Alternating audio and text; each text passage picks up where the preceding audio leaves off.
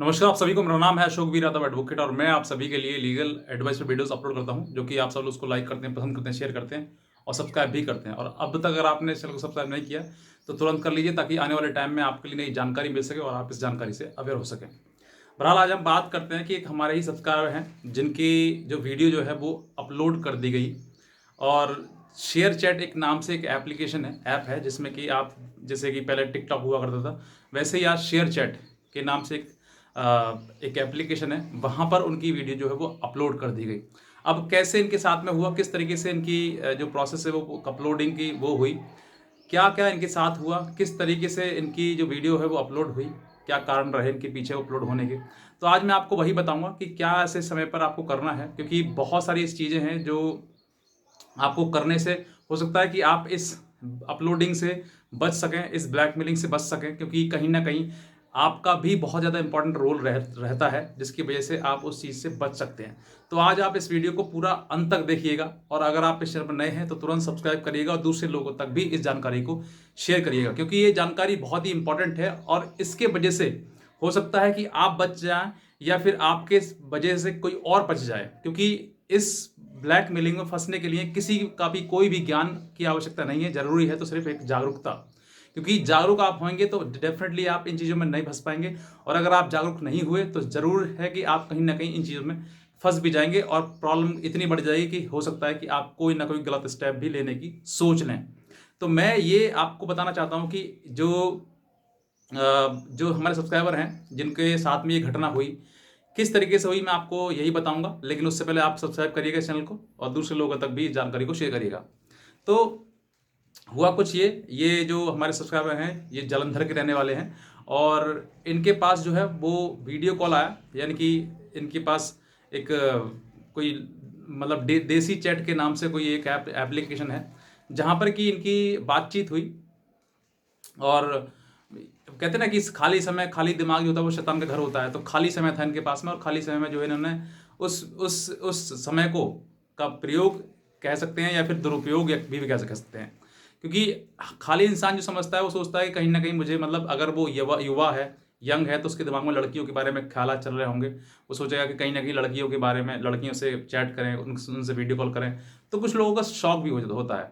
तो ये जो मतलब देसी चैट के नाम से यहाँ पर एक एप्लीकेशन उन्होंने डाउनलोड करी अपने फ़ोन में, और उसके द्वारा जो है इन्हें काफ़ी वहाँ पे लड़कियाँ मिली, इनसे बातचीत हुई। लेकिन उनमें से ही कोई एक लड़की मिल गई जो कि इनके साथ फ्रॉड हो गया उस वजह से।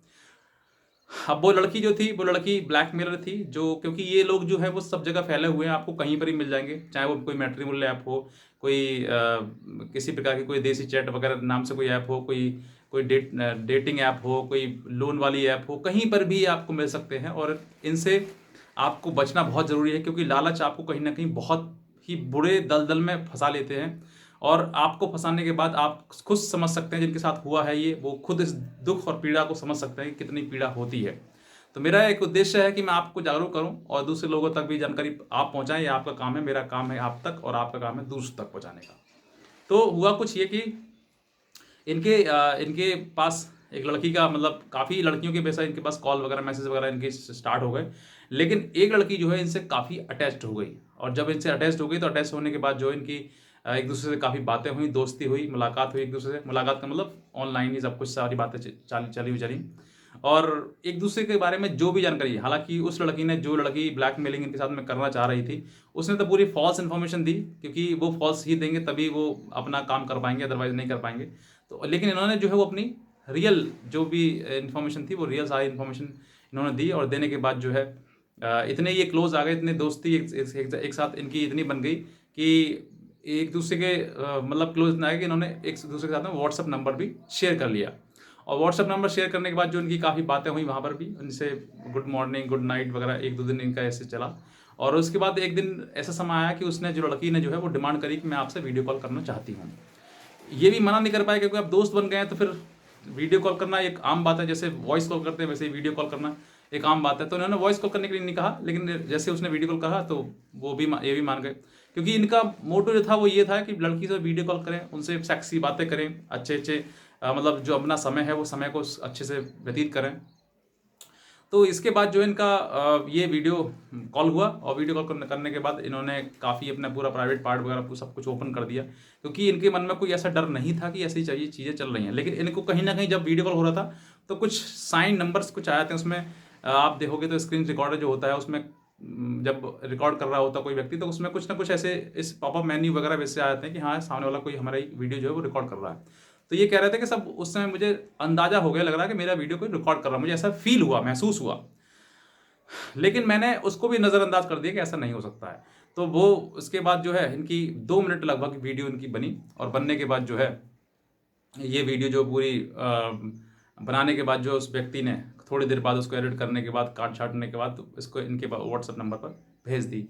और भेजने के बाद जो इनसे डिमांड की गई कि बताओ, पहले तो बताया कि धमकी दी गई, बताइए कि क्या करना है, अपलोड करना है, डिलीट करना है।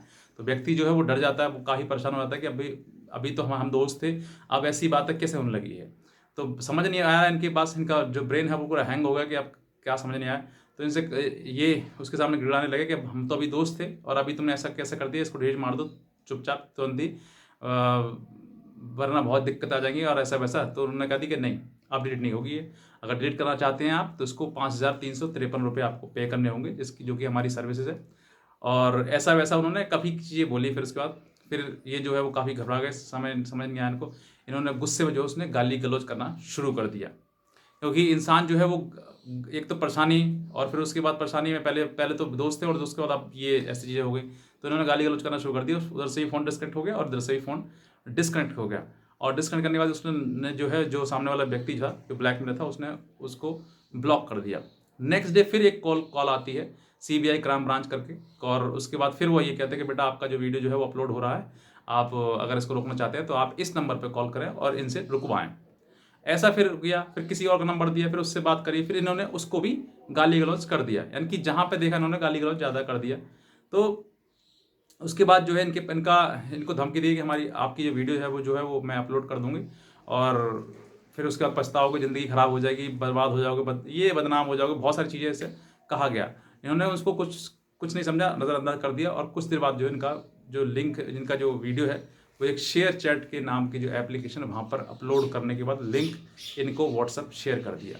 जैसे इन्होंने देखा, तो देखने के बाद जब देखा तो उनको तब तक ये 16 लोग देख चुके थे उस वीडियो को, और इनके पैरों से ज़मीन जो वो खिसक गई। जब इन्होंने लगा कि प्रॉब्लम ज़्यादा बढ़ रही है तो फिर इसके बाद इन्होंने यूट्यूब पर सर्च किया, और सर्च करने के बाद कहीं ना कहीं हमारी वीडियो इनको मिली, और हमने इनको गाइड किया, बताया कि क्या आपको करना है।